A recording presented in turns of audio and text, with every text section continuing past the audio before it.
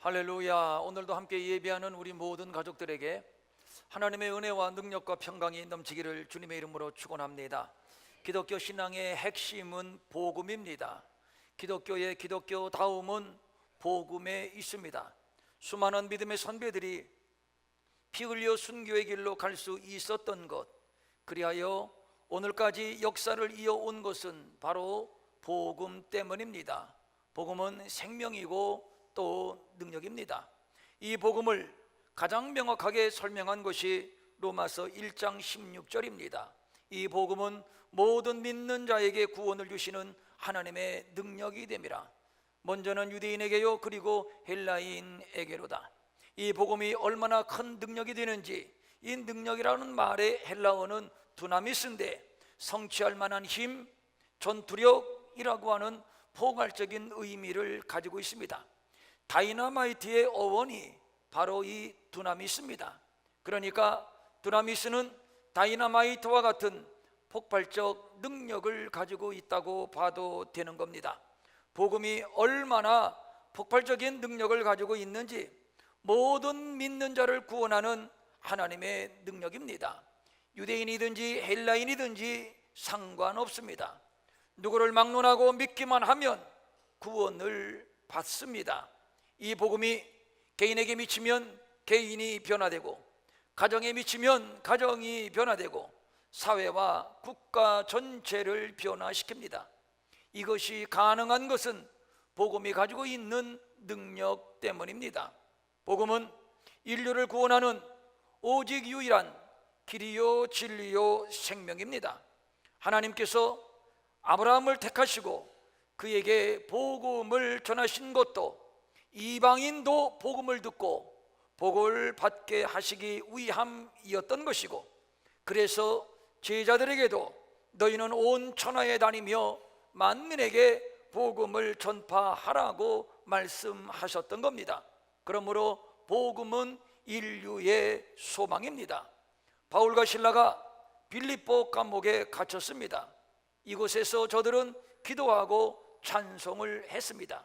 그랬더니 갑자기 큰 지진이 나고 옥터가 움직이고 닫힌 문이 열리고 모든 사람에게 매인 것이 다 풀어졌습니다.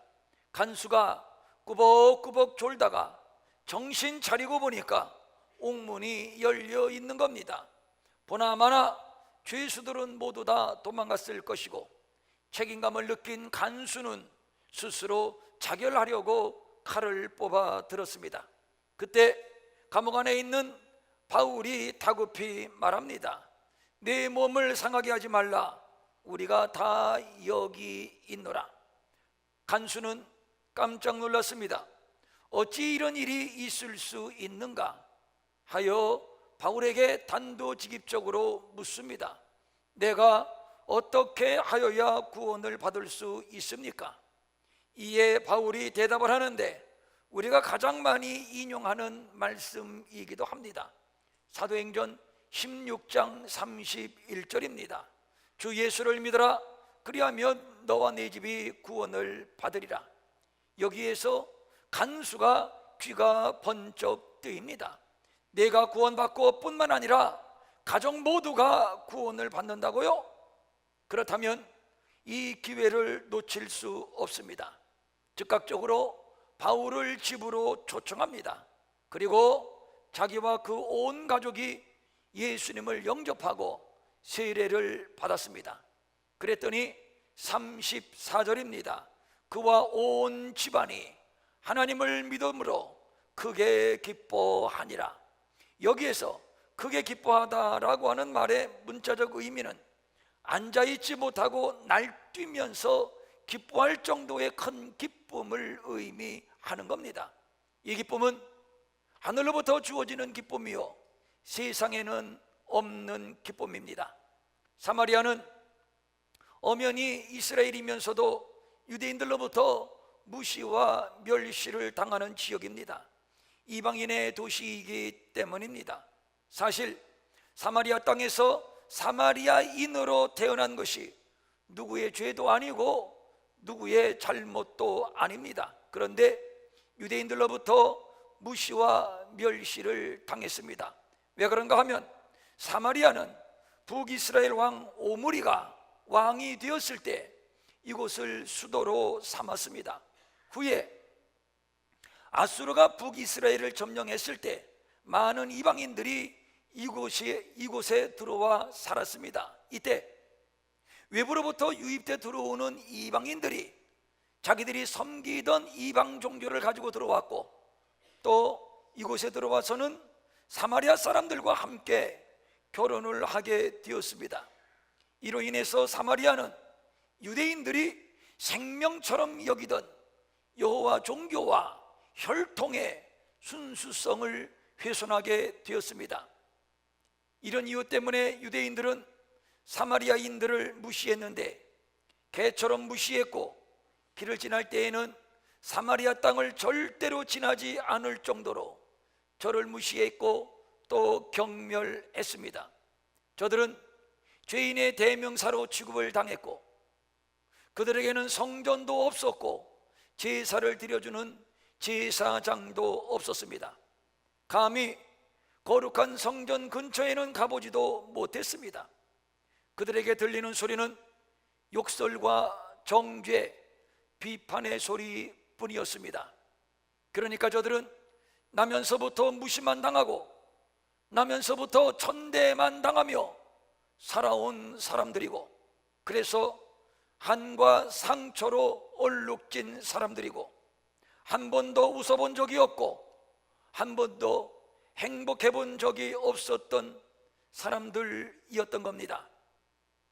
그런데 빌립이 사마리아에 들어가서 저들이 지금까지 어디에서도 누구에서도 들어보지 못한 소식을 전했습니다. 하나님께서 유대인뿐만 아니라 사마리아 당신들도 구원하시고, 유대인뿐만 아니라 사마리아 당신들도 사랑한다는 소식이었습니다. 평생 처음으로 들어본 소식이었습니다. 그랬더니 그 성 안에 혁명이 일어났습니다. 혁명이라는 단어의 사전적인 정의가 이렇습니다. 종래의 관습, 제도 등을 단번에 깨뜨리고 새로운 것을 세우는 것입니다. 혁명은 단번에 깨뜨리는 것입니다. 복음이 사마리아에 들어감으로 인해서 그곳에 혁명이 일어났습니다. 한 번도 웃어보지 못한 그들, 한 번도 기뻐해 보지 못한 그들, 한 번도 행복해 보지 못한 그들에게 8절입니다. 그 성에 큰 기쁨이 있더라. 그렇습니다. 이것은 혁명이었습니다. 정신적인 혁명이었고 문화적인 혁명이었고, 중요한 것은 영적인 혁명이었습니다. 그러면 무엇이 저들에게 혁명이 되게 했나요? 사도행전 8장 4절과 5절입니다. 그 흩어진 사람들이 두루다니며 복음의 말씀을 전할세 빌립이 사마리아 성에 내려가 그리스도를 백성에게 전파하니, 바로 이것입니다. 저들이 빌립을 통해서 들었던 소식은 바로 복음, 바로 예수 그리스도였습니다. 그렇습니다. 복음은 능력입니다. 누구든지 변화시키는 능력입니다. 그것이 빌립보 감옥의 간수 개인이든지 그의 가정이든지 사마리아 도시든지 말입니다. 우리는 오늘 바울에 관한 기사를 함께 읽었습니다. 바울은 다른 사도들에 비하여 참으로 특이한 이력을 갖고 있는 사람입니다. 그는 당시 최고의 엘리트였습니다. 히브리인 중에 히브리인이었고, 나면서부터 로마의 시민권을 가졌고, 또 난지 8일 만에 할례를 받았고, 바리새인으로서 존경받는 가말리엘의 문화에서 훈련을 받았고, 율법으로는 부끄러울 것이 없을 만큼 철저하고 완벽한 종교인이었습니다. 뿐만 아닙니다. 히브리인을 만나면 거침없이 종교를 논하고, 또 헬라인을 만나면 거침없이 철학을 논할 정도로 종교와 철학에 두루 해박한 사람이었습니다. 여기까지는 좋습니다. 문제는 이런 바울이 열정적으로 기독교를 박해하는 인물이었다는 것입니다. 그가 어떻게 교회를 박게 했는지 갈라디아서 1장 13절은 바울은 스스로 하나님의 교회를 심히 박해하여 멸하였다고 훗날 밝히고 있습니다.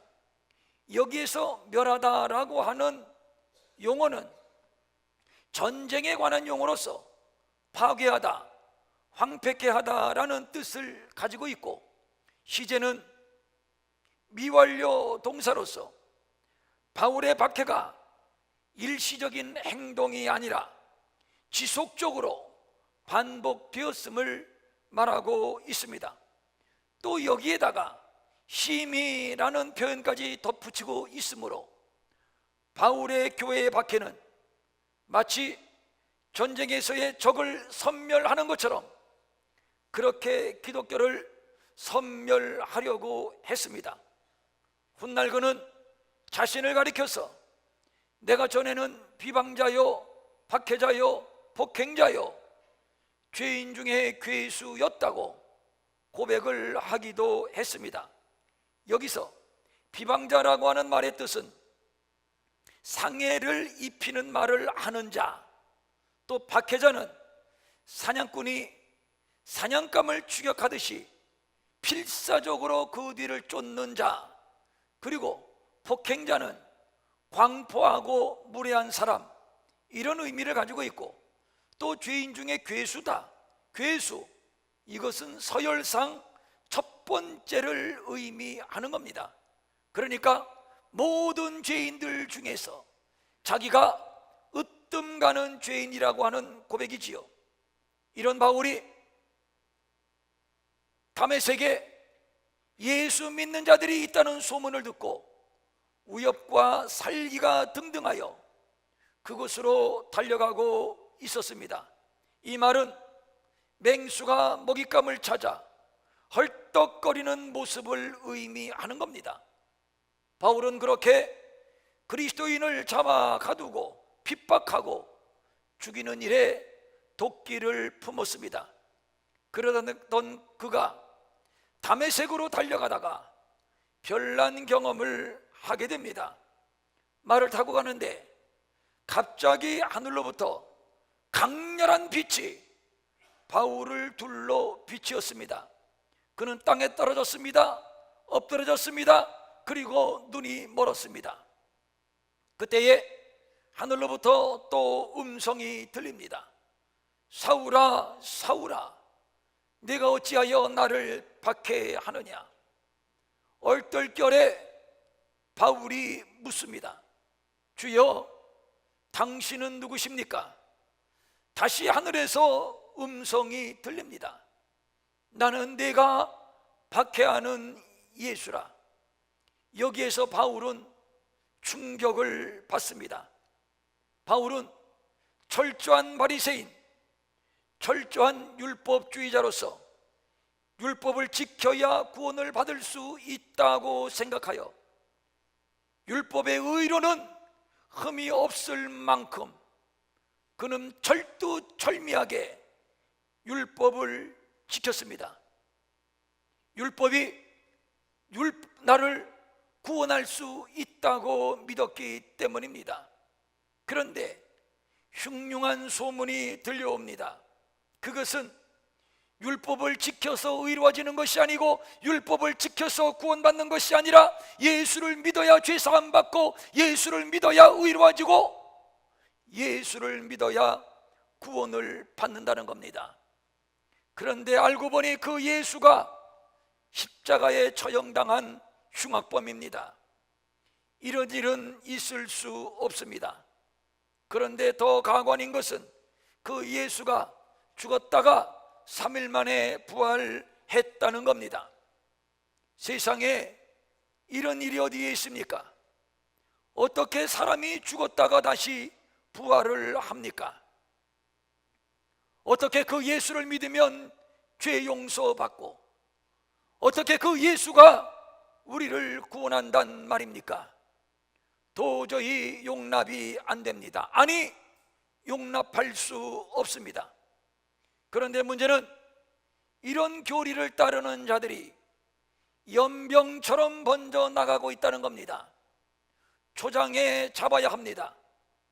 초장에 잡아가두고 몇 사람 죽이면 기독교는 찻잔 속의 태풍일 것이라고 생각을 했습니다. 그래서 죄인 중에 괴수가 되어 예수 믿는 자를 비방하고 박해하고 폭행하는 일에 앞장을 섰던 겁니다. 그런데 지금 하늘에서 들리는 음성이 나는 내가 박해하는 예수라, 이 음성이 들려오고 있는 겁니다. 어떻게 충격을 안 받습니까?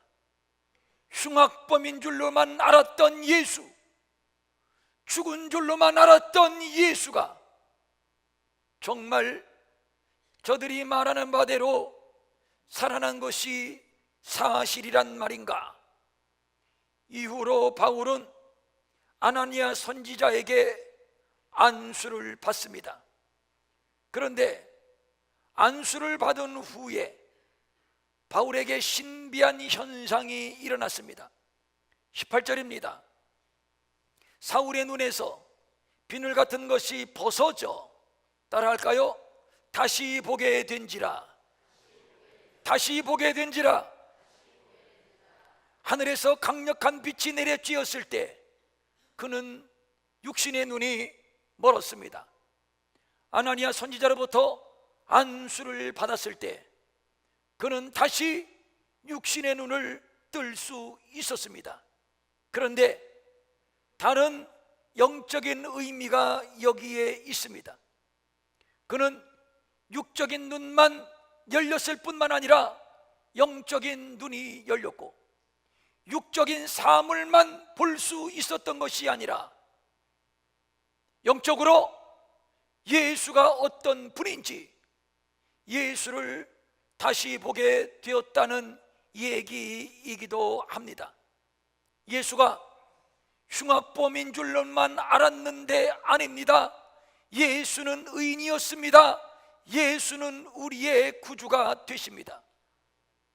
예수가 죽은 줄로만 알았는데 눈을 떠 다시 보니 예수는 저들이 믿는 바대로 3일 만에 부활했습니다.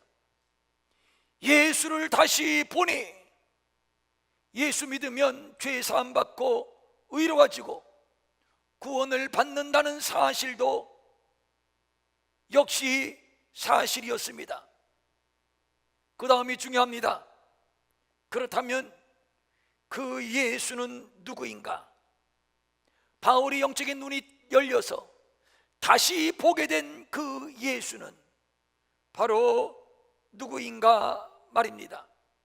본문 20절입니다. 즉시 각 회당에서 예수가 하나님의 아들이심을 전파하니 바울이 눈이 열려져 새롭게 본 예수는 다름 아닌 하나님의 아들이었습니다. 예수가 하나님의 아들이라는 사실은 예수가 누구인가를 우리에게 알리는 첫 번째 메시지입니다. 예수님께서 세례를 받으실 때 하늘로부터 들려온 음성이 이것이었습니다. 이는 내 사랑하는 아들이요 내 기뻐하는 자라 하시니라. 또 예수님께서 공생의 사역 기간 동안에 내 아버지께서 모든 것을 내게 주셨으니 아버지 외에는 아들을 아는 자가 없다라고 하나님과 자신과의 관계가 부자지간임을 말씀해 주셨고, 또 베드로의 신앙 고백이 이것입니다. 주는 그리스도시요 살아계신 하나님의 아들이시니이다. 또 사도 요한도 자기가 요한복음을 기록한 목적이 바로 여기에 있음을 밝히고 있습니다. 오직 이것을 기록함은 너희로 예수께서 하나님의 아들 그리스도이심을 믿게 하려 함이요 또 너희로 믿고 그 이름을 힘입어 생명을 얻게 하려 함이니라. 예수가 누구입니까? 그는 하나님의 아들이십니다. 하나밖에 없는 하나님 품속의 독자, 죄 없는 몸으로 동정녀의 몸을 빌려 이 땅에 태어나신 분, 그리고 이 땅에 33년을 사시면서 죽은 자를 살리고 귀신을 쫓아내고 병든 자를 고치고 물 위를 걷고 오병이어로 장정만 5,000명을 먹이고도 12광주리가 남게 하신 분입니다. 누가 이런 일을 합니까? 어떤 권력자가 이런 일을 하고 어떤 능력자가 이런 일을 하고 어떤 마술사, 어떤 종교에서 이런 일을 한단 말입니까? 감히 누가 죽은 자를 살리고 감히 누가 풍랑을 잔잔하게 하고 감히 누가 물 위를 걷습니까? 하나님의 아들이 합니다. 그는 성자 하나님, 그 이름 예수입니다. 유대인들이 예수를 배척하고 십자가에 달아 죽인 이유는 예수님 자신이 하나님의 아들이라고 말하는 신성모독 때문이었습니다. 감히 사생아로 태어난 목수의 아들인 주제에 하나님의 아들이라고 합니다. 유대인들은 메시아가 와야 한다면 예루살렘에 다윗의 왕권을 가진 왕족으로 오든지 귀족으로 오든지 권력자로 와야 한다고 믿었습니다. 그런데 목수의 아들 감히 안 됩니다. 거기에다가 사생아 결코 안 됩니다. 언감생심 안 됩니다. 이것은 용서받을 수 없는 신성모독입니다. 자기 백성을 죄에서 구원하는 메시아는 하나님의 아들로 와야 합니다. 드디어 예수님이 하나님의 아들로 이 땅에 오셨습니다. 사탄이 예수님을 시험할 때 내가 만일 하나님의 아들이거든 이 돌을 명하여 떡이 되게 하라, 내가 만일 하나님의 아들이거든 이 높은 곳에서 한번 뛰어내려 봐라. 줄곧 하나님은 아버지가 되고 예수님은 아들이 되는 이 부자 관계를 시험하고 있습니다. 왜 그런 것입니까?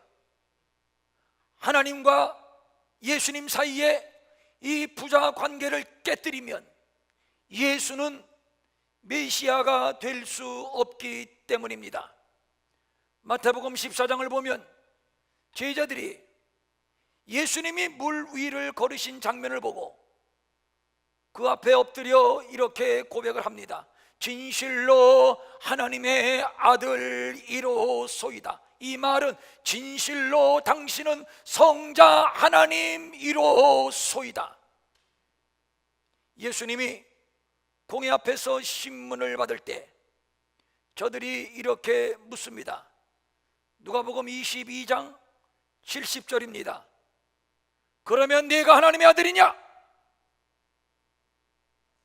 대답하시되 너희들이 내가 그라고 말하고 있느니라. 이 말은 너희들이 지금 말하고 있지 않느냐? 내가 너희들이 말한 바대로 하나님의 아들이다, 이 뜻이죠. 그러므로 저들이 예수님을 십자가에 처형하게 된 이유에 대하여 요한복음 19장 7절은 이렇게 말하고 있습니다. 법대로 하면 그가 당연히 죽을 것은 그가 자기를 하나님의 아들이라고 함이니이다. 저가 계속해서 하나님의 아들이라고 우기니 우리는 법에 의하여 너를 죽일 수밖에 없다, 이 얘기입니다. 예수님은 하나님의 아들로 이 땅에 오셨고 하나님의 아들로 이 땅을 사셨고 또 하나님의 아들로 죽으셨습니다. 그래서 예수님께서 십자가에서 운명하시는 장면을 본 백부장과 주위의 사람들의 입에서 이런 말이 나왔습니다. 이는 진실로 하나님의 아들이었도다 하더라. 그래서 성경은 예수님을 아주 우렁차고 아주 장엄하게 하나님의 아들이라고 소개하고 있습니다. 마가복음 1장 1절입니다. 하나님의 아들 예수 그리스도의 복음의 시작이라. 철저한 율법주의자였던 사울도 역시 하나님의 아들 되신 예수를 믿지 않았습니다. 있을 수 없는 일이기 때문입니다. 이것은 하나님의 이름을 욕되게 하는 신성모독입니다. 그런 자가 있다면 당연히 죽여야 합니다.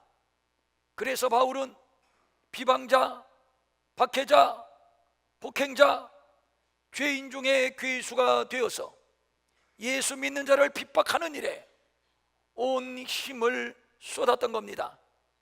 그러던 그가 아나니아로부터 안수를 받고 그리고 성령의 충만함을 받았고 그리고 눈이 열려져 예수를 다시 보게 됩니다.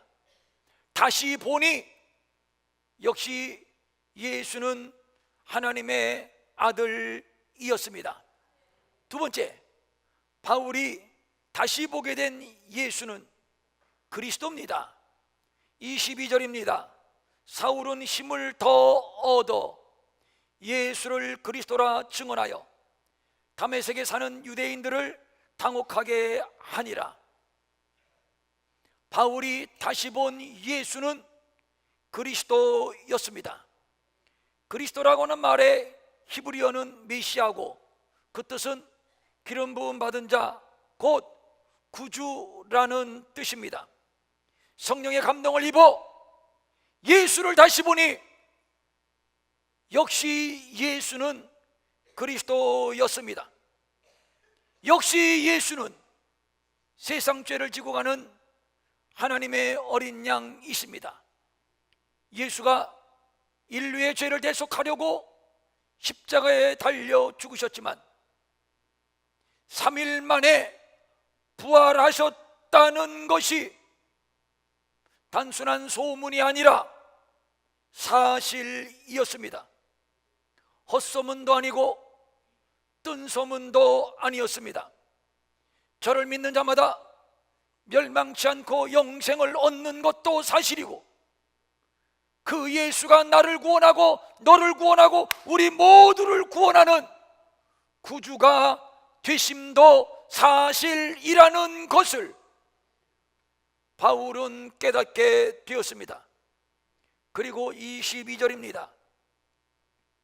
예수를 그리스도라 증언하여 라고 말하고 있습니다. 여기에서 증언이라고 하는 말의 의미는 증명하다라는 뜻인데 바울은 자신의 말을 듣는 회당의 모든 사람들이 납득할 수 있는 객관적인 논리로 예수가 그리스도라는 사실을 입증했던 겁니다. 그렇게 가능했던 것이, 그것이 가능했던 것이 바울은 율법에 능통한 자였기 때문입니다. 하여 바울은 이를 명확하게 복음이라고 정의를 내리는데 그 논리가 로마서 1장 1절이야 4절입니다. 거기서 말하는 복음은 구약의 여러 선지자를 통해서 미리 약속했는데 곧 하나님의 아들이다. 이 아들은 육신으로는 다윗의 혈통으로 이 땅에 오셨다. 뿐만 아니라 성결의 영으로는 죽은 자 가운데서 부활하셨다. 그러므로 하나님의 아들로 선포되셨고, 그는 곧 우리 주 예수 그리스도이시다. 예수는 하나님의 아들이십니다. 예수는 그리스도이십니다. 그래서 예수 그리스도는 자기 백성을 죄에서 구원하는 구원의 이름이요, 그래서 하나님의 아들 예수 그리스도가 복음인 것이고, 그러므로 복음은 모든 믿는 자를 구원하는 하나님의 능력이 되는 것입니다. 유대인이건 헬라인이건 남자건 여자건 종이건 자유인이건 상관없이 말입니다. 그래서 이 복음을 만나고 이 복음을 믿기만 하면 빌립보 감옥의 간수의 집에 큰 기쁨이 주어졌던 것처럼 그 어둡고 칙칙한 사마리아 성이 큰 기쁨의 성으로 바뀌었던 것처럼 이런 변화와 회복의 치유의 역사가 일어나는 겁니다. 이런 복음의 능력, 복음의 역사는 기독교 역사 2000년 동안 어디에서든지 예외 없이 지속되어 왔습니다. 우리나라에 복음이 들어온 지 130년이 되었습니다만, 기독교 복음이 들어오기 전부터 한국은 이미 몇 개의 거대한 종교가 자리를 잡고 있었습니다. 삼국시대, 통일신라시대, 고려시대에는 불교가 국교였고, 조선시대 500년은 유교가 국교였고, 그리고 가톨릭은 우리보다 100년 먼저 들어와서 이미 자리 잡고 있었습니다. 교회가 정착하고 부흥하기 아주 열악한 환경이었습니다. 그런데 오늘까지 기독교는 가장 큰 교세를 가지고 있고, 또 사회적인 공헌도도 타 종교를 압도하고 있습니다. 물론 지금 내외적인 어려운 상황에 직면해 있는 것이 사실이기는 합니다만, 그러나 분명한 것은 생각처럼 한국교회는 그렇게 허약하지 않습니다. 다시 정비하고 일어설 것입니다. 충분히 그럴 수 있습니다. 그 이유는 복음의 능력을 믿기 때문입니다. 복음은 하나님의 아들 예수 그리스도입니다. 하나님의 아들 예수 그리스도가 바울을 변화시켰습니다. 사마리아를 변화시켰습니다. 그리고 우리의 조국 대한민국을 이렇게 변화시켰습니다. 다시 사도행전 9장 22절입니다. 사울은 힘을 더 얻어 예수를 그리스도라 증언하여 다메섹에 사는 유대인들을 당혹하게 하니라. 유대인들을 혼돈과 불안 속으로 몰아넣었다는 얘기입니다. 많은 유대인들이 당황하여 정신을 잃을 정도였습니다. 당연히 그럴 것이 21절이 말해주고 있습니다. 듣는 사람이 다 놀라 말하되 이 사람이 예루살렘에서 이 이름을 부르는 사람을, 예수의 이름을 부르는 사람을 멸하려 하던 자가 아니냐. 여기 온 것도 그들을 결박하여 대제사장에게 끌고 가고자 함이 아니냐 하더라. 예수 믿는 자를 그렇게 잔인하게 핍박했던 바울, 여기에 온 것도 예수 믿는 우리를 핍박하러 온 것을 우리가 알고 있는데, 그렇게 잔인한 바울, 그렇게 악명 높은 바울이 180도 변하여 예수는 하나님의 아들이라고, 예수는 우리의 그리스도가 되신다고 증거하고 있으니 어찌 놀라지 않을 수 있습니까? 그리고 자기를 변화시킨 하나님의 아들 예수 그리스도를 이제부터 이방을 뛰어다니면서 전파하고 있습니다. 놀라운 사실은 예수 그리스도를 전하기만 하면 사람들이 변화되고 지역이 변화되고 불모지 땅에 교회가 세워지고 역사의 혁명, 역사의 변화가 일어나게 된다는 사실입니다. 그렇게 잔인하게 핍박하던 로마가 기독교를 국교로 선언하게 되었습니다. 로마가 어떤 나라입니까? 모든 길은 로마로 통한다는 말이 있습니다만, 자기들이 전쟁을 위하여 세계를 정복하기 위하여 전 세계를 향해서 부채꼴 모양으로 길을 닦아 놓았는데, 그런데 오히려 하나님은 이 길을 따라서 복음이 세계로 전파되게 하셨고, 그리고 이 복음이 들어가는 곳마다 구원받는 수가 날마다 넘쳐나게 하셨고, 할렐루야! 세계 곳곳에 교회가 세워지고 예배의 함성이 울려 퍼지게 되었으니, 하나님의 아들 예수 그리스도는 구원의 능력이요 복음의 능력이 되는 것입니다. 숱한 우리의 믿음의 선배들이 예수는 하나님의 아들이요 그리스도가 되신다고 믿었습니다. 그리고 전파했습니다. 그리고 이 믿음을 지키다가 순교했습니다. 진리이기 때문이요 복음이기 때문입니다. 오늘 키르기즈스탄 오종범 선교사님이 함께 예배하고 계십니다. 그가 왜 조국을 떠나 낯선 땅, 낯선 문화, 낯선 사람들과 함께 있는 겁니까? 하나님의 아들 예수 그리스도를 전하기 위해서입니다. 우리도 이 믿음 변치 않고 끝까지 이 길을 갈 것입니다.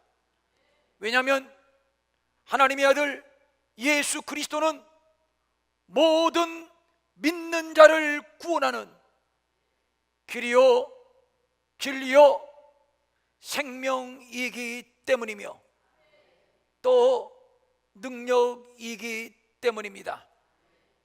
우리를 구원하는 진리는 하나님의 아들 예수 그리스도밖에 없습니다. 우리를 구원하는 길은 하나님의 아들 예수 그리스도밖에 없습니다. 우리를 구원하는 영원한 생명은 부활이요 생명이신 하나님의 아들 예수 그리스도밖에 없습니다.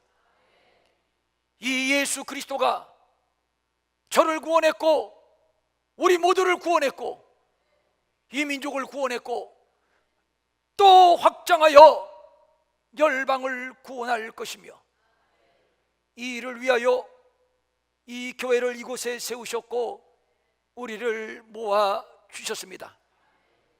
사랑하는 성도님들, 다 잃어버려도 우리에게서 다 떠나가도 우리가 끝까지 붙들고 고수해야 할 것은